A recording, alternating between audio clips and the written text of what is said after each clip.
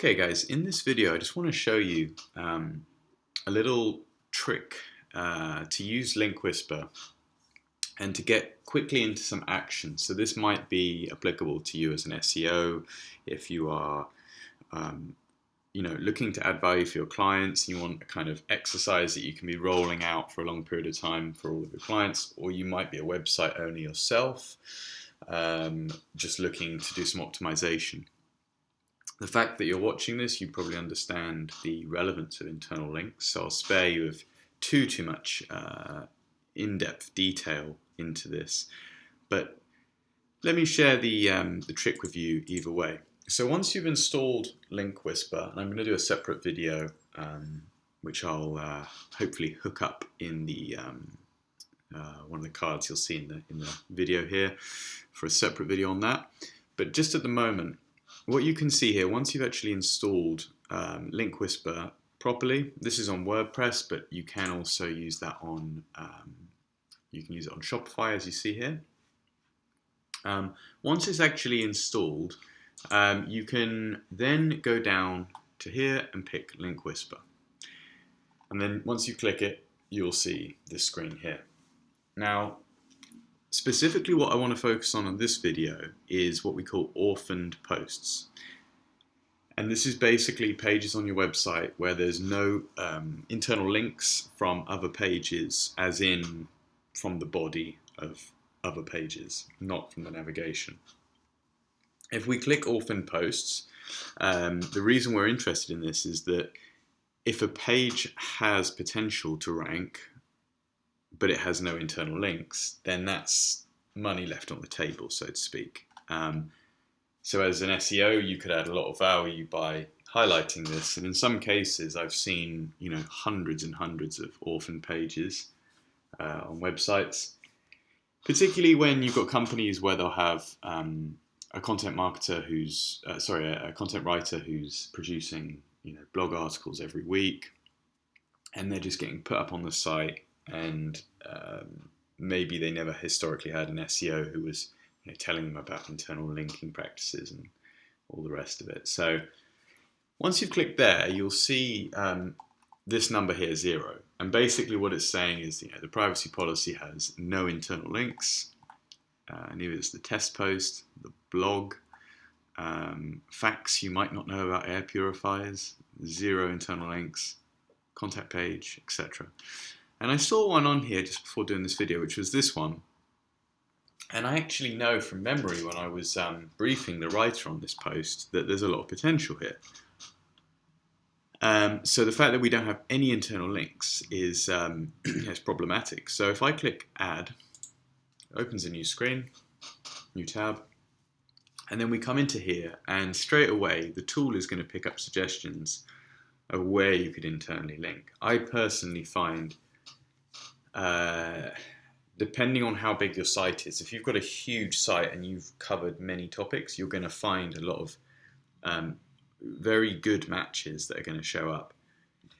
Whereas a site like this that might have, say, 80 odd pages, it isn't going to have that many opportunities for internal linking. If you're dealing with sites with like 1,000 pages, it's going to be they're going to be coming out of your ears, the opportunities.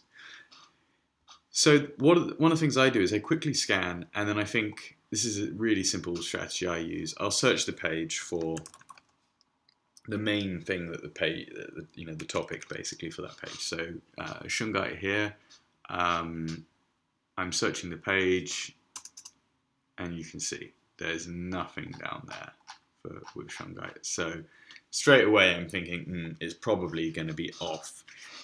Now, that's not to say I couldn't build some internal links that way. It's just that if I look at some of these, it's like, how relevant actually is that? So I've got a page here about guide to using EMF protection window film, and it's suggesting that we link on this EMF protection window film can also block UV rays. Now, linking there to the Shungite post is just not a good journey for the user, and that's what we got to get into the mindset of, instead of thinking, I can just pop an internal link. So you can see that if we send someone to post about shungite necklaces or whatever, or if it's not specifically about necklaces, but just about that material, people are going to be a bit confused. And so if people are, then Google's going to figure that out at some point and downrank you. So what I do when I don't get any good options is I go to here, custom keywords. I've already loaded that one in. I'm just going to check it. And then I say create new keyword. Now what it's going to do is it's going to say, oh, I have to redo that, bear with me. Now what it's going to say, once I properly write it, create new keyword, it's going to say, I need to basically refresh. So refresh my screen. And now, if we search the page again for shungite, we can see 4 here. It's still loading. There should be a 5th in a second. I did this earlier. There we go. So basically it's found this one, best EMF radiation necklaces, a post that we've got, is mentioning shungite. Now, the interesting thing here is that this is very relevant because it's talking about it contains amazing healing and protective properties. And so I can, if I just like that, I can just click this link here. Yeah, check link. And I can then go, check link, and I can go add links. And if I do that, it will then no longer be an orphaned page, but it will only have one internal link. And obviously we'd like more. Now what you might be thinking as well is, what is the blue by default? And what that means is the blue wording is where it's going to link from this page to our shungite page. Now, I believe in a 20-80 split, and what I mean by that is when you're thinking about your internal links, the words that you're going to link on, 20% of the time I want to go really keyword rich. So what I mean by that is shungite, and things like, does shungite actually block EMF? That's the big kind of keyword really. And generally it's going to be like shungite EMF. Does shungite actually block EMF? That's going to be the big sort of keyword. So this comes into the 80, which is not super keyword rich. So I can add that, and I can be safe in the knowledge that that's going to be in the 80, which is the random and kind of more obscure portions of sentences that might be kind of partially keywordy, but then the 20 is going to be really on the nose. And in some cases, not going to be perfect. I personally use the 2080 a little bit more for like money pages, so pages with like high commercial intent. So that could be like, if you're in e-commerce, that's going to be your categories and your product pages. With blog posts, I'm not quite as firm on it because normally there's not as many options. So you can't be quite so picky with the 2080 split. But let's just show you this so you can see it in action. Let's add one more. There's no more potential options there. So let's just do that. It's checked, add links, and away we go. Now that will now update, and you'll now have a successfully unorphaned page. One other thing as you're doing that, you can actually click a word and make that disappear so that the anchor text will be different. So you see what I mean? You can go like that as well. So just so you know that you have that ability as well. I hope that was useful, and please watch some more of my videos. If you want to support what I'm doing, trying to teach people about this amazing tool, there is a link in the description, and if you use that, I do get a little kickback just for transparency, and you don't pay anything extra. So that's very helpful. The final thing I was going to say as a bonus, just to anyone who is interested, is just double check once you've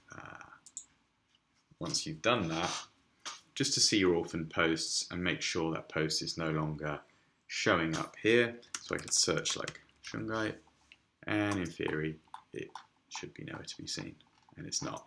So as I say, it's only got one internal link, so I probably now will take the idea of going, well, one's probably not enough.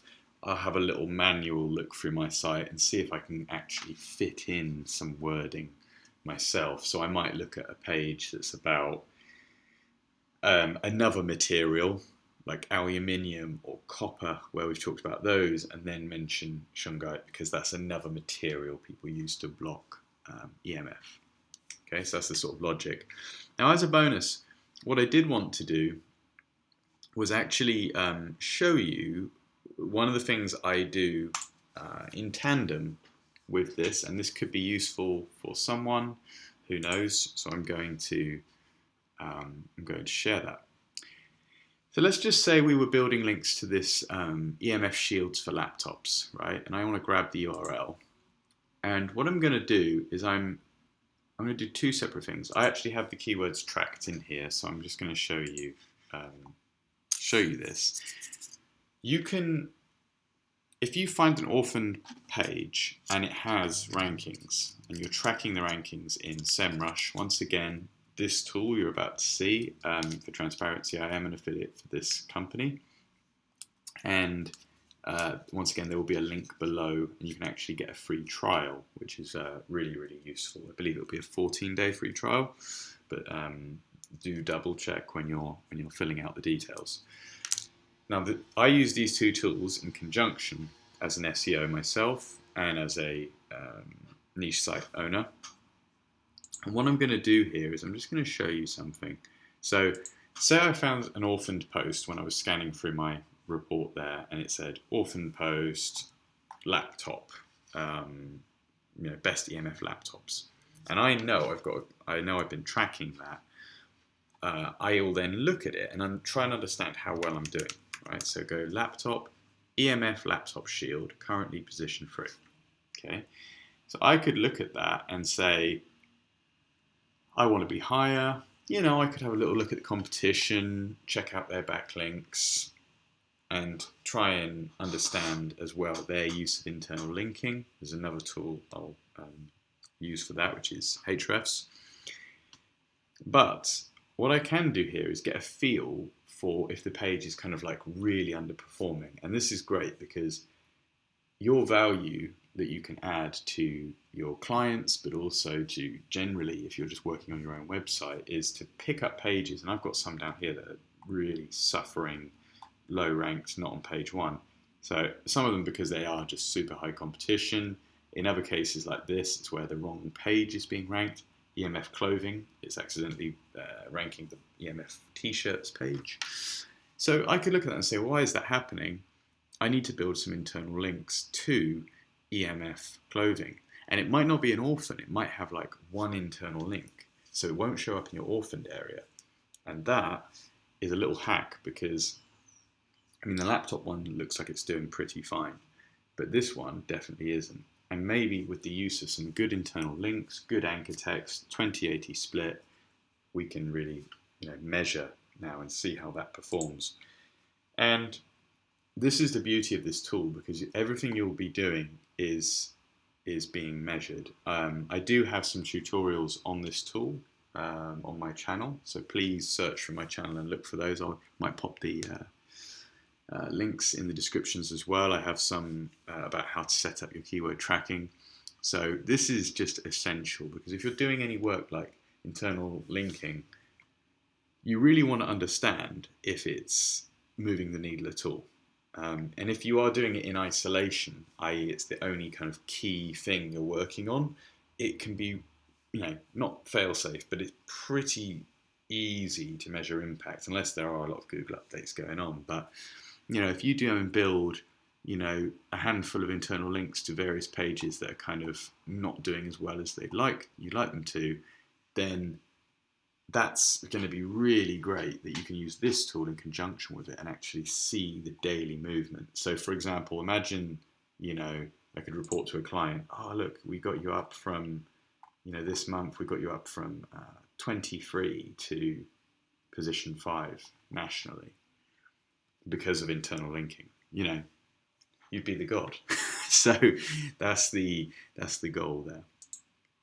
As I say, I'll pop a link to SEMrush. You can get your free trial, and I'll pop a link to Link Whisper. Any support, much appreciated. Cheers.